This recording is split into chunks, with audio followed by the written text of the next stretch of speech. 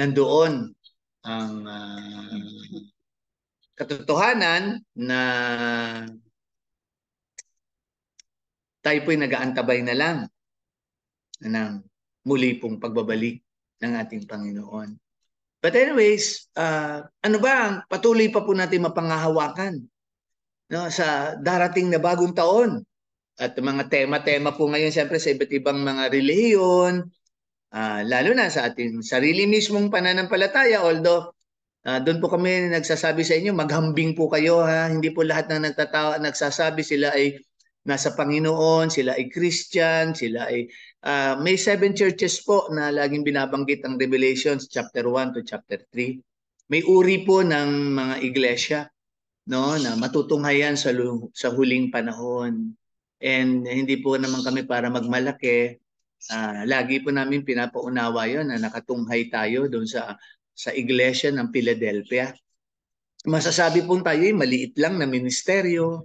Masasabi po tayo ay ganito po, yan, at nakaugnay po ang mensahe ko dyan mamaya. Tayo daw po ay, yun po ang tinataguri ang may little strength lang, hindi tayo malakihang iglesia, hindi tayo mayamang iglesia. But makikita po ang malaking kaibahan because that strength na pinangahawakan po ng ministeryong ito at sabi ko nga po sa iyo, we are on the 27th year. Ano po? Andyan po yung tema natin na pinangahawakan natin anytime ay babalik na po ang Panginoon sa ulap. Ano po? Sa ulap, hindi po sa kung saan lugar, ha. Sa ulap po siya babalik. Ano po? Para kunin ang kanyang mga hinirang, kunin ang kanyang mga na katala na po sa aklat ng buhay. Yan. Kung hindi pa po kayo nakatala, magpatala na po kayo. Hindi po sa darating na eleksyon o ano man. But magpatala na po kayo sa aklat ng buhay. No? Yun po ang isang napakahalagang maitala ang ating mga pangalan. Pag hindi po, ay naku po, nakakalungkot. Sabi po ng mga katotohanan ng Biblia, Revelations 19, Matthew 24, ay kung saan po ibubulid sa taktang panahon ang Diablo, si Satanas. Doon din po ang propeta, bulaang propeta na binabanggit po doon sa Revelations 19. Ganun din po. Ang mga mapapahamak sa takdang panahon na hindi nakatala ang pangalan sa aklat ng buhay, doon po sila ibubulid sa dagat ng apoy. And habang may pagkakataon pa po, dalangin namin sa isang bagong taon, ano man ang mga kakaharapin, lagi po ang pamamanik ni Pastor, let's enjoy life with God, family, ba, ng ating mahal sa buhay. And then hope kung matikman nyo po ang maglingkod, yung ministeryo po na tinatawag namin. And syempre, hindi naman namin naalisin po ang inyong mga hanap buhay, negosyo, di ba? Trabaho. Syempre po, yan eh. Nandyan yan. Tayo po dyan ay sinusustain ni Lord. Hindi naman tayo napabayaan ng Panginoon ever since. Sa kanya-kanya nga lang po, ayaw naman namin kayo maging hyper-faith. Kanya-kanyang level. No? Yung katotohanan ng mga pinatutupad ng Diyos sa ating mga pangangailangan, pangyayari sa ating buhay. At doon po ako ngayon, kahit sa isang pagkakataong mahirap. Kasi I for one po, di ba? Sabi ko nga sa inyo, I had been a pastor for the past 33 years. Ang dami ko na pong karanasan na nakita sa mga kapatiran, pangyayari sa ministeryo. And meron pong nagpatibay sa inyong lingkod. Ano po yun? Balik ako kahit sa mga baguhan. Yung pananampalataya po natin sa Panginoong Hesukristo. At kung kayo po'y aware kanina, andun po ang pangungusap ng Diyos. Siya ang tunay na Diyos. No po? Pag hindi siya yung Diyos na kinikilala ninyo sa pamamagitan po ng Panginoong Hesukristo, ang mga relihiyon o mga kung ano man ang inyong sinasamahan na uri ng pananampalataya, may kalungkutan po kami kasi sabi ko nga po, I really hope and pray ang isa pong tunay na mananampalataya ay ginagabayan ng banal na Espiritu. Yun po yung tinatanggap ng sino man na tumanggap sa Panginoong Hesukristo. Andyan po mga aral na yan mula sa John 14 to 16. No, yan po yung gampanin ng banal na espiritu, pag-akyat ng Panginoong Hesukristo sa langit ng panahon na yun. Inihabilin niya ang kanyang mga hinirang na sa kanyang katalinuhan, omniscience, sa kanyang kapangyarihan, omnipotence. Ano po? And syempre, Pastor, paano nangyari? Nandun ang Panginoong Hesus sa langit. Bakit pupunta sa mga puso-puso natin? Yun po tinatawag naming omnipresence. Yan. Alam po, He is not only all-knowing, all-powerful, but He is also kung saan na aspeto. Kaya nga last week ang sabi ko sa mga puso natin, kailangan siya po ang maghari. No? Hindi po pwede ang mga puso natin ang maghari sa sarili natin. Yung lagi kong pinapaliwanag na tatlong uri ng puso. May tatlong uri po ng puso. Ulitin ko lang kahit sa mga baguhan namin kapatid at sa mga kakapanood. Ang unang uri po ng puso ay yung pong hindi ko tumatanggap sa Panginoong Hesukristo. So ang puso pong yon, makikita niyo po, ganito po ilustrasyon nun, nasa labas lang siya ng puso na yon. Hindi niya tinatanggap si Jesus nasa labas lang ang Panginoong Hesus, nandyan lang. Ang nasusunod yung sarili ng tao na yon. Ang may pangalawang uri po ng puso, yes, pinapasok naman niya si Jesus sa buhay niya, pero may upuan po yan, may trono dyan trono ng ating mga puso. Ang nakaupo pa rin yung gusto natin. Si Jesus po nandun lang sa tabi, sa loob, pero nakapasok naman po. At least nakapasok, no? Pero yun po yung tinatawag namin process from glory to glory. Hindi naman namin kayo para pilitin kasi ang Panginoong Hesukristo po hindi namimilit na siya ay paupuin nyo doon sa trono na yon ng inyong mga puso. And then, siyempre yung pangatlong puso, iyan po maganda. Nakaupo po ang Panginoong Hesukristo sa ating mga trono ng puso. At tayo po ay tulad po ni Maria na nandun sa paanan niya. Yan, andun sa paanan niya. Yan po yung tatlong uri ng puso sa mundong ito. Paki-assess po anong uri ng puso meron tayo ngayong umaga. Dahil ang mga mensahe po ngayon, New Year's resolution, tatalon, bili ng bilog-bilog na mga prutas. Ano po ba ang kabuluhan ng mga bagay na yon? Ano po? May common sense naman kayo Huwag na kayo maniwala sa mga pamahiin na yan, kung ano-anong tradisyon na yan, nakagisnan. Those are all old wives' tale na binabanggit po sa Timoteo na hindi na po yun ang dapat pinaniniwalaan. Sabi nga po ni Pablo sa Romans 12, do not conform any longer to the pattern of this world, but be renewed. Ano po yung ating mga mind na yan?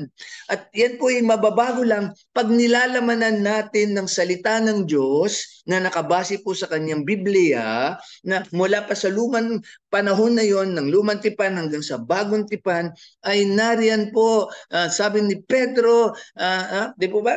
All things shall pass away, but His word ay mananatili po sa habang panahon.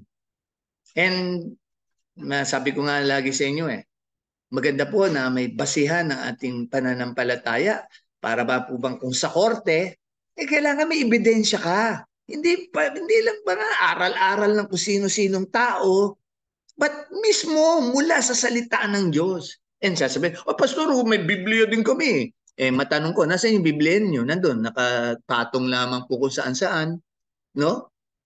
Hindi binabasa. Kaya hindi nyo maunawaan sa gabay ng banal na espiritu ang mga katotohanan ng Diyos. And sa akin po, lagi ko yung pinapaunawa sasabihin, pare-pareho lang naman tayo ng ganito ang tanong ko nga din po lagi, di ba? Ang biro ko sa mga nakakausap kong gano'n.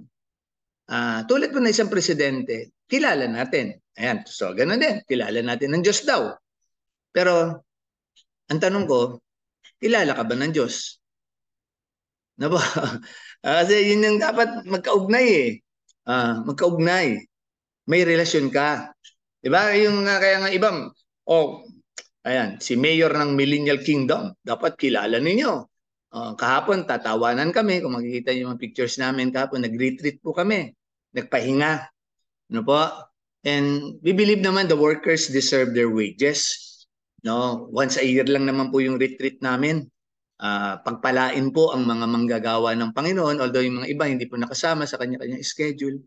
Minarapat po namin na maipatupad. And sabi ko nga po, nandun eh. Ang buhay po ay na sa mga katotohanan ng paraan, pangyayari. So kayong mga baguhan, amin pong hinikayat. So sa isang pag-aaral po, no, yung pep talk ko medyo umano na po. At pamanin po, pakipanood na lang kami. Sorry sa aming FB Live. Medyo nalito po ang aking PA kanina. So medyo yung una ko pong mga pep talk ay na hindi po na on the record sa ating YouTube. But kaya nga minamaximize ko na lang po yung aking puso sa umagang. So aking pong naisip pamanik sa isang bagong taon. Kanina napasimulan ko na po ito. Tulad po ng inyong pastor, mga pinagdaanan namin, makikita niyo sa likod. Yay! Ayan po yung history namin, mga unang baby namin, unang bahay namin, etc. Ganyan. Hanggang yung huling-huli, unang apo, ito po nasa babang ito, ayan, sa dulo. No? Unang apo, mga pangyayari sa buhay namin, na tunghayan namin, katotohanan po ng salita ng Diyos. Ano po yung narating namin ngayon? And mamaya may Thanksgiving kami. Siguro naman, alam niyo na po yun, no? Naipahayag na namin sa mga nakalipas na araw. Ang patuloy na ginagawa ng Diyos sa aming mga buhay. No? Bilang inyong pastor, bilang inyong tagapangalaga. And nakaugnay po ang aking ipamamanig. Pastor, paano nyo nakayanan? 33 years, pastor kayo. Ang hirap noon, pastor. At alam niyo naman po yan, maraming pastor na bumibigay, maraming pastor na nagkakasala na sa Diyos, maraming pastor na kung ano-ano na pinaggagawa, politika, panghihingi, na hindi po yun ang paraan. Hindi po yun paraan kasi napatunayan po na namin yun sa aming ministeryo. We are not prejudging. Kasi pagharap namin po sa Panginoon, kanya-kanya kaming pananagutan. Ano po? May kanya-kanya kaming magiging tinatawag pong pagsusulit, no? Kung ano ang aming mga ginawa sa paglilingkod sa tawag na yun ng Panginoon. So, kayong mga makakapanood sa aking pong mensahe, sa kapwa ko mga pastor daw, at mga pastor-pastoran, may panahon pa. May panahon pa para maisaayos po ninyo. No, hindi po ako para mag-prejudge. Maisaayos po ninyo ang inyong mga paraan ng paglilingkod. No? Yung tinatawag pong systematic theology. Kasi pag hindi po, malaki po ang ating magiging pananagutan sa James 3. No? Tayong mga nangangaral-ngaral daw. No po? Malaki po ang ating pananagutan. And ako po, hindi ko po sasabihin perfect, but I know sa paraan lamang po ng mga katotohanan ng salita ng Diyos, yung tamang paggamit, pagpapatupad, paghihikayat, kasi hindi naman namin po kayo mapipilit sa mga katotohanan na ito. Kayo po yan kung ano ang pangungusap sa inyo ng Panginoon. Habang binabasa niyo po ang mga katotohanan ng Biblia na ito, doon po yun, doon nangungusap. Ang tawag nga po doon yung rema. Ano po? Mararamdaman niyo po yun. Ito ang kailangan ninyo. No? Kaya nga sa bagong taon pong ito, ano ba pastor, isang katotohanan na pwede namin panghawakan. So siguro i-rejoinder ko kayo Tapos na po na naman ang 2023 mamayang gabi, alas 12. Siguro dito ako didiin. Ano ba pwede natin panghawakan? Ang dami na natin pangako. Lalo siyempre, number one, ang ating kaligtasan. Nandiyan na yan, hindi na, done deal na yan mga inawit nila Pastor Bong, done deal na yan. Tayo po niligtas na, tayo haharap sa Panginoon someday. Oh, yes. Pero habang nandito tayo, ano po ba mga panghahawakan natin? Siyempre, nandiyan yung realidad. Ngayon nga po, our deepest sympathy and prayers po, no? Hoping kung nasa hospital pa man po ngayon,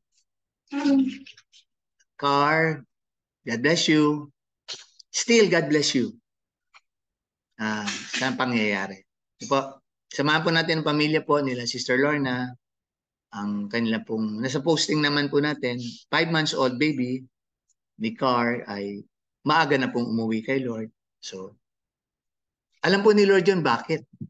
Pwedeng sabihin, mahirap, malungkot ang taon na ito at bagong taong haharapin. Hindi po. Kasi ako, encouragement ko po doon, lagi po may mas kaalaman ng Diyos. Romans 8:28. Yung purpose po niya. Una, posible po no, na may mangyayaring hindi maganda. Mas mahirap later on. Yan. Sa ating kapatid, kay Maricar, gano'n, sa kanyang baby.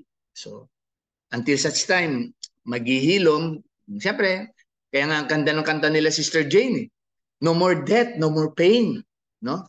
Sa takdang panahon.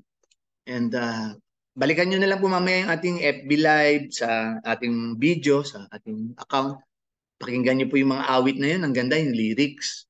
Makakatulong.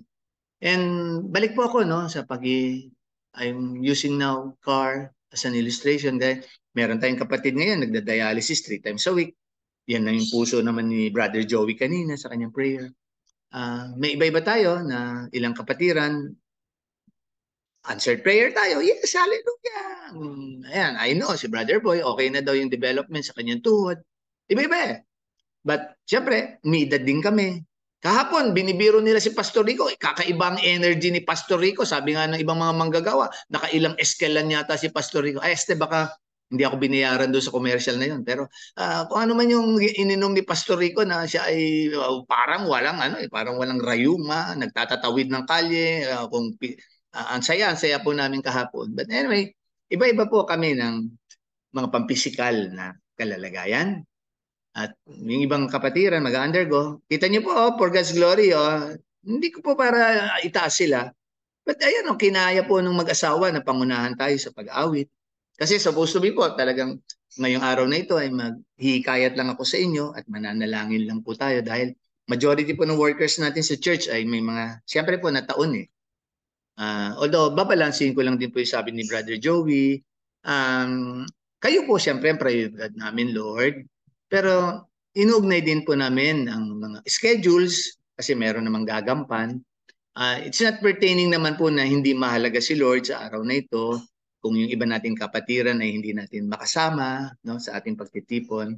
Sa kanya-kanya na lang po yun na kakayanan, yung oras po ba. Yan, ganyan si Pastor binabalansi ko po. We cannot prejudge dahil lahat po yan, si Lord po ang mahalagang nagpapatupad at nakakaalam ng ating mga ginagawa sa buhay. So sige po, balik ako dun sa aspeto na ipamamani ko. Alam niyo, tulad po ng bansang Israel, maganda silang ilustrasyon. Grabe ang kanilang mga pinagdaanan. Balikan niyo po, ako kasi, sabi ko nga sa inyo, 62 years old ako. Tapos nang tawagin ako ni Lord, ay ako po ay nandoon sa aspeto ng 24 years old. Ako'y iligtas niya. Then ako po ay tawagin niyang maging pastor, 30 years old, eksakto. After 6 years. Ang Israel po, nang tawagin ni Lord, nako, ilang taon po ang ginugol nila di ba? Una, yung 80 years, naikot nila, naulit po yun. Nakakalungkot po yung ikot nila sa wilderness na yon bago pa sila nakapasok sa promised land.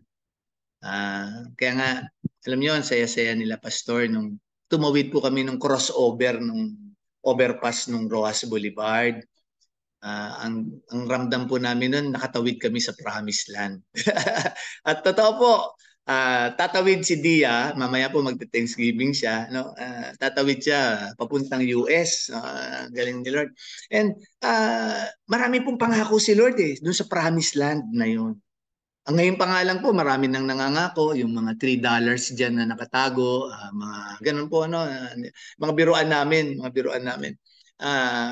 Meron nang naka-itinerary, naka-ready na, advance na, may ticket na nga daw po kanina, in-update kami kanina, may ticket na si Dia dun sa kanyang dream, dati pa nung bata siyang makapunta. And matutupad po ngayong taon na ito, 2024 sa Abril. Ano po? Yung mga childhood dream. So, sinisingit ko lang po, excerpts lang yon yung karanasan namin. So, ang Israel din po ganoon, ang dami nilang karanasan, etc. Pero dumating po ang panahon na ang Israel ay disiplinahin ng Diyos. Disiplinahin dahil ayaw nila mapatupad yung mga gusto ng Diyos sa buhay nila. And year-ender po kasi tayo and mamaya i-ready niyo po yung mga anointing of oil ninyo, di ba? Yan ang ating paraan eh. Every last Sunday of the month, eh nataon pa rin, year-ender pa tayo, rejoinder. And gunitain po natin, balik tanawin natin ang mga pangyayari. Mamayang gabi, mga anong tawag dyan sa news, mga how the year ends, etc., etc. Ganun. Mayroon din tayo pang spiritual. No? Sa mga kapatiran, tignan natin. At gusto ko ipatotoo sa inyo itong mensahe ko ngayong umaga. Simple lang po. Kaya ko nakayanan, namin nakayanan ang mga pangyayari. Hindi lang sa taon 2023, dami ko nang dinaanan po nitong year 2023. Ang pag-uwi ng aking kuya pastor, di ba, si Badjo, noong July. Mga pang personal ko pong labanan nung Abril, yung amin pong mga kapaguran, nung tinaguri ang Marso, nung ibigay ni Lord si Aya sa amin. Yan. Mga ganun po. Ang dami po namin mga, sabi nga, pangyayari din, pampersonal. Ako po ginagamit ko yung pampersonal. Sa ministry, so far, may mga kalungkutan, may mga manggagawang nagpabaya, nagbakasyon, nag-DA. Ano po yan? Realidad yan eh. Kaya nga kami lingkod ng Panginoon. Stress, nandyan po lahat yun, pagod. And medyo nitong September, nadagdagan kami sa pampersonal. Kakaiba po, no? Paano namin ito napagtagumpayan? And ilan-ilang aspeto po na ngayon po, hindi lingid dito sa mga kapwa ko tagapangalaga, kapwa manggagawa na nire-ready ko sila. Sa ilan ko pong mahal sa buhay na aming kakaharapin, itinatalaga ang mga susunod na pangyayari. May kalungkutan po si Pastor doon, no? Hindi po kami exempted, sabi ko last Sunday sa inyo. Ang mga lingkod ng Diyos ay tulad po nila Pablo, no? Ng mga lingkod ng Diyos sa Lumang Tipan. Grabe po. Kaya nga ako, sabi ko nga, Lord, wala ako sa kalingkingan nila, sa mga naranasan nila. And doon nga ako, kaya mas masigasig eh. I pray mas maging masigasig kayo eh. Na kayong mga hindi nakakaranas ng ganung sobrang hirap. Paano kung kayo ang dinadialysis ngayon? Paano kung kayo ang ganito, namatayan ng baby? Paano kung ganito yung ganon? Di ba? So, tayo yung mga nasa magagandang kalalagayan sa umaga pong ito. Magtatapos ang taon 2023. And wag na nga yung taon pang mga pinagdaanan natin. And siguro minarapat nga ni Lord, very personal po mensahe ko ngayon. Ayan yung history ng background namin. Unang bahay, unang kotse, unang anak. Yung ganito, graduation. Andyan sa likod po namin yan. Unang apo. Andyan po yan. Mga pinagdaanan. Pero behind the scene yan, may malulungkot po kami pinagdaanan. At meron pa rin po na malulungkot na pinagdadaanan. Wala pong ano. Kaya nga sabi po na ang buhay po ng nasa Panginoon, although nagpapasaya kami, masayang tunay, kinakanta yan. Pero para po yung tinatawag namin bangka ng buhay. No? Minsan po ang bangka ng buhay natin ay mapayapa. Pero minsan po ang bangka ng buhay natin ay maalon. Tulad kahapon, nandun po kami sa beach. And minsan po ang bangka ng buhay natin ay bagyo, no, ng buhay. At kailangan pasakayin natin si Lord para tumigil ang mga bagyo na yan. Di ba? Andun po yun sa kwento na yon ng Biblia na nang pasakayin ng mga alagad ng Diyos ang Panginoong Jesucristo, tumigil, no? Tumigil. At nung time na yon, natutulog pa nga daw ang Diyos. Hindi po natutulog ang Diyos. Natutulog po yung pangkatawang lupa ng Panginoong Jesucristo at alam niya ang mangyayari. Tinignan niya ang pananampalataya ng kanyang mga alagad. Kung siya ba'y gigisingin. Ginising nga siya kasi hindi umiral yung pananampalataya. Okay lang naman kay Lord yun. Pinatutunayan lang ni Lord, sige, gisingin niyo ako sa panahon na meron kayo mahihirap na bagyo ng buhay at papayapain niya. Yan. Nandito po yan sa pinakang key verse natin mamaya, papayapain niya ang mga katotohanan na ito. Mininsay ko yan last Sunday. Ano po kailangan natin sa bagong taon? At balik tanawin nyo kung kamusta kayo dito sa Isaiah 40:29. Yan. Ito ginamit ko po nung Friday night sa prayer night namin. birthday celebration, wedding celebration, advance na yon nila Pastor Louis, Sister J, yan sila mga birthday celebrants ngayong January. And then siyempre, mamaya, wag natin kaligtaan na po ang ating birthday celebrant na nanguna sa atin January 4. Ayan po, si Ma'am Jane. Ayan, ha. Mamaya tayo. And dami. Lalo na sila Ma'am Jane, grabe ang kanilang mga siguro record, no? Paano nila kinaya. And mamaya po mag-uugnay yung systematic theology ko. Gagamit na po ako ng lumang tipan, Isaiah 40:29. And mamaya tatalon ako sa Philippians 4:13. Pakisulat na po yan, no? Magkaugnay po yan, magkaugnay yan. At kahit po sa tema natin, di ba? Ano meron sila doon sa paano kakayanin ng paalaala na yun sa Revelation 16:15 na yun, no? Anong kailangan natin ba? So, ito po. At kahit papaano nga, laging paboritong kanta din to ni Pastor kasi dito lang ako pinapayagan ng mga nambubuli sa akin na manggagawa sa music eh. Dito lang ako nakakakanta ng The Joy of the Lord is my strength. Di ba? Ma'am Jane, kaya ba natin kantahin yan? Maninong buwang mamaya? Yung The Joy of the Lord is my strength. Napakaganda nun eh, di ba? Kayang-kaya natin yan. Magagaling tong mga manggagawa po natin na ito. Mga anytime, pwede po silang pakantahin, patugtugin. No? Although yung majority lang po ng mga manggagawa natin ay nandoon. So mamaya po yun. Tignan natin yung kung mapapasadahan nila. Although baka magka-problema tayo sa lyrics, no? Bawal yata. Baka ma-block na naman tayo. Sayang ang mensahe natin. Bahala na kayo, Ma'am Jane, kung kakayanin lang pasada. But anyway, balik po ako sa idea. Isaiah 40:29, ang bansang Israel po ay nasa mahihirap din pong sitwasyon. So, mag-anointing of oil tayo. Baka naman, bago mag-breaking of the bread tayo next Sunday, first Sunday, napagsisihan na natin yung mga dapat, pagkukulang natin. Di ba? Kaya ang tanong ko, anong uring puso po ba meron tayo? O baka naman, gusto niyo na paupuin sa trono ng inyong mga puso ang Panginoong Hesukristo, siya na masunod.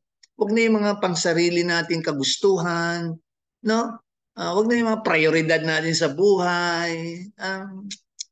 Siya na po kasi malapit na po siyang bumalik. Malapit na po siyang bumalik. Andiyan na po lahat ng senyales, hindi po para manakot kami. Kung marunong po kayo sa Biblia, kahit po ang mga siyensya ngayon, nagtataka sila, natutunaw ang Arctic, sunod-sunod na ang lindol, sunod-sunod na mga pagputok ng mga bulkan, yan po ay lahat nakasaad sa salita ng Diyos. Wala pong magagawa ang mga scientists, etc. Wala po. No? Nakakalungkot nga po. Baka naman bago nga mangyari ang lahat, may pinapatupad pa si Lord sa ating mga buhay. Ipagsisi na po natin ang mga dapat ipagsisi. Well, siyempre kasama si Pastor doon. Hindi pa po ako perfect. Marami pa rin akong mga patuloy na tinatawag sa 2 Corinthians from glory to glory. Pinoproseso po yung lagi kong ginagamit na ilustrasyon po na yung invisible chart, di ba? Sabi po doon sa invisible chart nyo, dapat from glory to glory, mas pataas po dapat ang chart ninyo. And then, kung hindi naman natin mapiperfect, minsan magkukulang tayo, manghihina tayo, so bababa lang konti. Yan ang typical chart. And then, for God's glory ulit, for God's glory, mas mataas, hataw, paakyat. So ang chart ninyo, akyat, konting baba, akyat na mataas ulit, konting baba. Maganda. Pero kung ganito ang chart natin, konting akyat, malaking baba. Konting akyat, malaking baba. Saan po papunta chart ninyo? Ano po? Saan po papunta chart ninyo? So, I really hope pag ginamit niyo yung word for God's glory, tumataas po ang chart ninyo. Hindi po pababa. Kasi parang kung sa kasabihang Tagalog, kultura natin, tumatanda kayong paurong. Ayan, magalit na kayo kay Pastor Ed sa oras na ito. Tumatanda kayong paurong sa buhay Kristiyano ninyo. Ano po? Kasi hindi po yun ang dapat. And sabi nga nung typical na ilustrasyon ko dati, wala pa naman po ako ganun kadaming puting buhok. Yung madadaming puting buhok na, Pastor Louie, ano ba ang sabi ng Proverbs diyan? Ang mga maraming puting buhok, huwag niyo pong pakulayan, pero ako talaga wala pa po. Natural color ko yan. Ilan-ilan lang po yan. Huwag po kayo magpakulay. Kasi tanda daw po yan ng kayo'y matalino na sa buhay na ito. Pero dinidifferentiate po yun. Matalino sa kaalaman, pamumuhay sa kalooban ng Diyos. Pero kung puti na ang buhok niyo, sabihin mo, puti-puti na buhok ko, sabi ni Pastor sa Proverbs, matalino na ako. Ay hindi po. Matalino kayo kung naisa sa pamuhay niyo na po ang mga katotohanan ng salita ng Diyos. Yan po yun. So ako siguro, marami pa akong aalamin kasi hindi pa po pumuputi ang buhok ko. Pero so far, as of now, marami na po akong kaalaman. 33 years na po ako in the making. At anong meron si Pastor? Isaiah 40:29, nagdaan din po ako sa mahihirap. Sabi ko po sa inyo nga hindi ko yun para isikreto sa inyo, ikahiya, di ba? Napahamak po mga kapatid ko. Isang adik, isang lasenggo. Napatay nung adik yung isa kong kapatid na lasenggo. Nadama yung mga pamilya, nawasak, nakakalungkot. Nagmi-minister po ako doon sa mga pamangking kong yun. Yan, ako po, ginagamit ko, hindi ako para maghusga ng ibang tao. Ako mismo yung mga pangyayari sa buhay ni Pastor. Mga pinagdaanan ko po, dami. But, narito po si Pastor Ed, nagpapatuloy sa kasama ng aking ohana. Ayan, nababasa niyo naman po yung ohana namin lagi, di ba? Nagpapatuloy po kami. Hindi lang sa biyaya, pagmamahal ng Diyos, but ano na po, didiin ko na hashtag strength na nagmumula po sa Panginoong Jesucristo. Ang sabi po dito sa Isaiah 40:29, basahin ko lang po, napakaganda. It is God, verse 29, it is God that giveth power, yan, to the pain ng mga nanghihina. So kung kayo nanghihina ngayong umaga, or may kakaharapin kayo ngayong taon na ito, physical man o spiritual, kayong nanghihina sa mga kapatiran. And to them that have no might, yung walang kalakasan ngayon, ang pangako po, He increaseth strength. Dinadagdagan po niya. So wala pong dahilan na tayo matalo ng dyablo, matalo ng mga problema, pagsubok. Ayan po ang pangako Ha? Kung tunay kang hinirang ng Diyos, lumantipan pa po yan. No? Yan po yung tinaguri ang Israel na hinirang niya. Tayo na po ang church sa panahon natin. Ano po pangako ng Diyos na mababasa natin, matutunghayan natin? Si Pablo, sa 2 Corinthians po, napakahalaga. Makita niyo yung unawa na yun. Sabi niya sa chapter 12, Lord, nung ako when I am weak, then I am strong. Bakit ang sabi ng Panginoon sa verse 9 and 10? Di ba? In your weakness, di ba? When you are weak, then you are strong. Because, sabi ni Pablo sa Philippians 4:13, I can do everything in Christ Jesus who gives me strength. Yan po ang katotohanan. No? Magkaugnay po yan sa Isaiah 40:29. Hindi po yan nagbago sa panahon ni Apostol Pablo. Philippians 4:13. And hindi din po yan nagbago sa panahon ni Nehemiah. Ang hirap po ng panahon ni Nehemiah noon. Pero paano nakayanan ni Nehemiah? Yun nga po yung kanta na naririnig ninyo. The joy of the Lord is my strength. Yun nga ba talaga ang mga puso natin ngayong umaga? Yan. Magbabagong taon tayo. Natatakot tayong umarap sa bagong taon. Ano na naman kaya mga problema sa bagong taon na ito? Ano na naman kaya mga sitwasyon? Hindi po. Hindi po. Kung tunay ka pong mananampalataya ng Panginoong Jesucristo, Yun po ang pangako niya ngayon sa bagong taon. Philippians 4:13. We can do everything. We can do all things in Him that gives us strength. Siyempre, sa gabay po ng banal na Espiritu, siyempre, sa kalooban po ng Diyos, ha? Hindi sa tinatawag natin sarili nating paningkamot. Alam niyo po yung word kong laging paningkamot, ano? Yung sariling paraan, sariling gawa.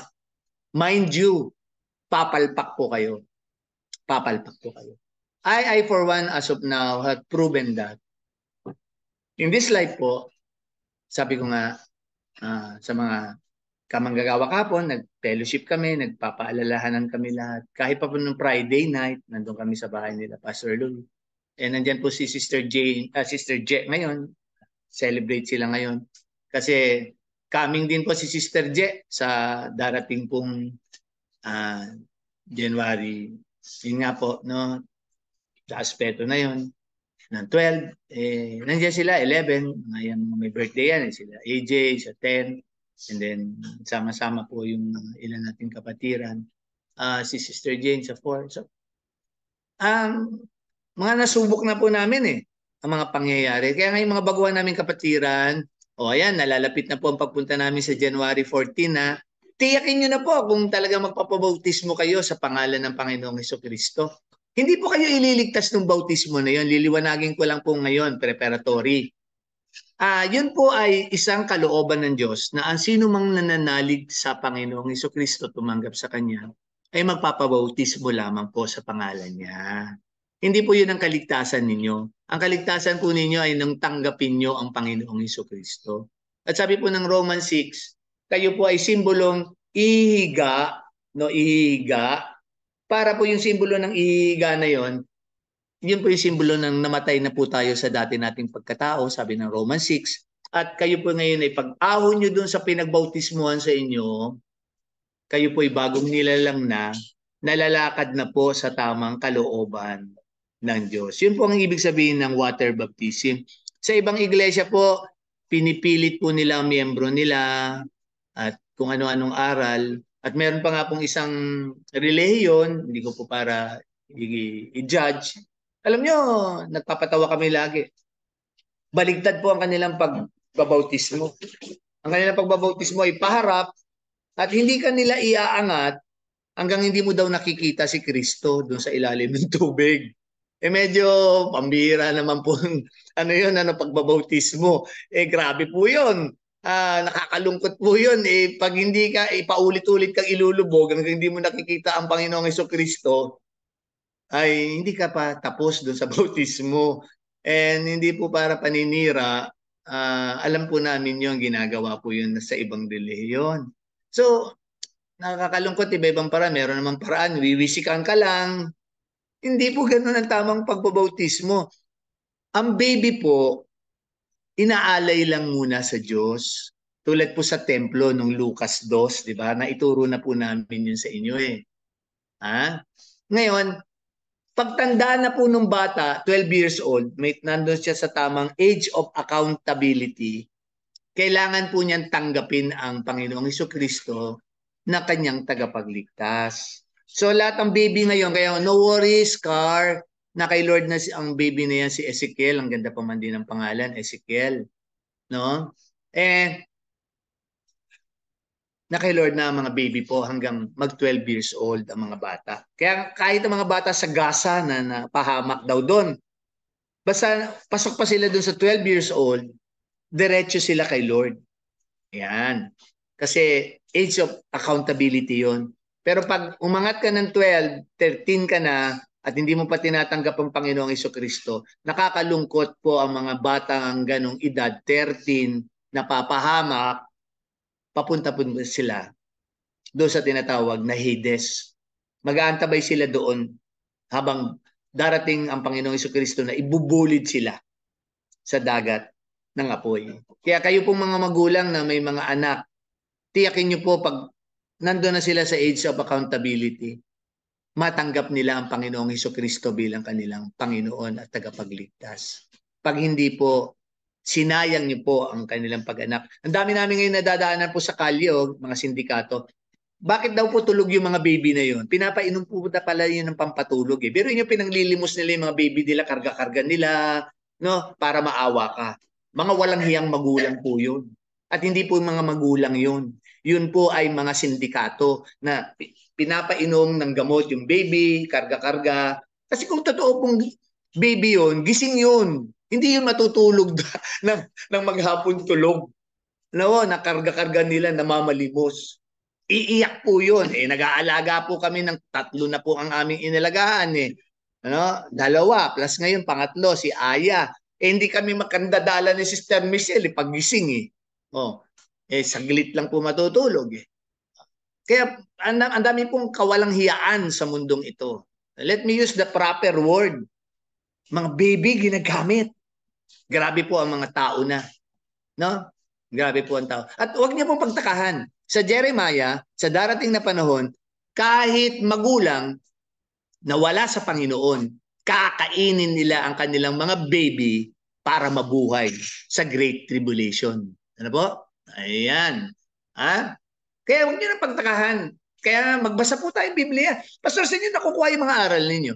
Sa Biblia. ah, ah, hindi po yan, hindi yan chika-chika. Hindi yan chismis-chismis. Yan po yung panahon ng pagbabasa ko. Kaalaman. At sa tamang paraan. Hindi po pastor-pastoran, ha? Hindi po pastor-pastoran. Tama pong paggamit, systematic theology, proper hermeneutics, lahat po yan, proper homiletics, alam po dapat yan. Hindi po yan pwedeng basta-basta ka lang mangangaral at walang kabuluhan ng iyong mga pinapangaral. Pasensya na po kung kayo yung mga pastor-pastoran ngayon nakikinig kay Pastor Ed, o may year 2024 po, medyo ayus-ayusin niyo naman po ang inyong mga paglilingkod. No? I'm not boasting, I'm boasting of the Lord. Just like Paul, ano sabi ni Paul? Di ba? Binibira po niya yung mga ipokrito, no? Oh, they will come in the as angels of light, tuturuan kayo ng kung anong aral. Oh, papasarapin ang inyong mga tenga, sabi ni Pedro, no? Oh. Di pa si Pastor, hindi. I-review ko po kayo sa inyong mga kamalian. Ha? Bakit? Ang Panginoong Jesucristo po nung nandito, nire-rebuke niya lahat ang mga spiritual leaders ng Israel. Magmula po sa mga kaparian, high priest, nire-rebuke niya mga ipokrito kayo, mga Pariseo, mga Saduceo, mga teachers of the law daw. Kayo'y mga ulupong. Magbasa po kayo, di ba? Kayo'y mga anak ni Satanas. Galing po yun sa Panginoong Jesucristo, hindi po galing kay pastor yun. Alam po, magbasa po kayo. Sa Matthew, Mark, Luke, John. Ayan. Basahin niyo po. Basahin niyo po. Kung pag gusto niyo pong, i-contact niyo ako diyan sa aming YouTube. Ibibigay ko sa inyo mga verses. Hindi ko na po para basahin ngayon. Hindi po ako yung basa kapatid, basa. Hindi po ako ganun. Magbasa po kayo ng inyong sarili. Kasi tulad po ng mga Bereans, Acts 18, ano po sabi ni Pablo sa Acts 18? Bereans, they're noble. They're noble. Na tinitignan nila yung tinuturo ni Pablo. Kung totoo, kung nakasulat sa scriptures. Huwag kayong basta-basta magpapaniwala. Basahin niyo po. At kung totoo kayong mananampalataya, gagabayan kayo ng banal na espiritu. Magkakaisa po ang inyong kaalaman sa Biblia at ang banal na espiritu sa inyong kaalaman. Ayan, yan po ang tamang paraan. At pagkatulad po ng Galatia 5, kayo po ay lalago. Hindi kayo tatandang paurong. Ayan. Sa kaalaman, katotohanan po ng salita ng Diyos. So, ano po ang puso ni Pastor? I pray ang kalakasan na nagmumula sa Panginoon. Sabi nga, atin pong mapanghahawakan sa bagong taon na ito. Yung mga kapatid naming hinihimatay na. Hinihimatay na po ba kayo? Bakit ano ang katabi ninyo? Hinihimatay na ba kayo sa mga pagsubok ng buhay? Problema? Pangangailangan? Hinihimatay na po kayo. Ang ganda. Ang bansang Israel, grabe po. Nasa disyerto, mainit. Kahapon nga po, nag-iingat kami doon sa init. Lalo na si Pastor, lalo na ako nangitim. Nagtago-tago po ako kahapon. Maaga akong bumabad sa beach, pero nagtago-tago po rin ako kasi baka mangitim. And Kung kulang naman po, sabi nga ako, nagcha-charge kayo ng mga cellphone ninyo, eh sabi doon, no, he increased strength. Kaya walang dahilan eh. Oh, nanglulupay-pay ako ngayon, brother eh. May burden ako ngayon, brother eh. Ah, eh, baka hindi tumatalab sa inyo yung salita po ng Diyos. At sabi nga po doon sa Philippians 4:13, di ba? Wag na si Pablo, grabe si Pablo eh, di ba? When I am weak, then I am strong. Ha? Klaro po yan. No? His grace is sufficient for me. Eh, Philippians 4:13, ganda rin po. Pangako talagang totoo. No? I can do all things in Christ that gives me strength. Isang mapagpalang bagong taon po sa ating lahat. Yan, mamayang gabi. Ingat po tayo ha.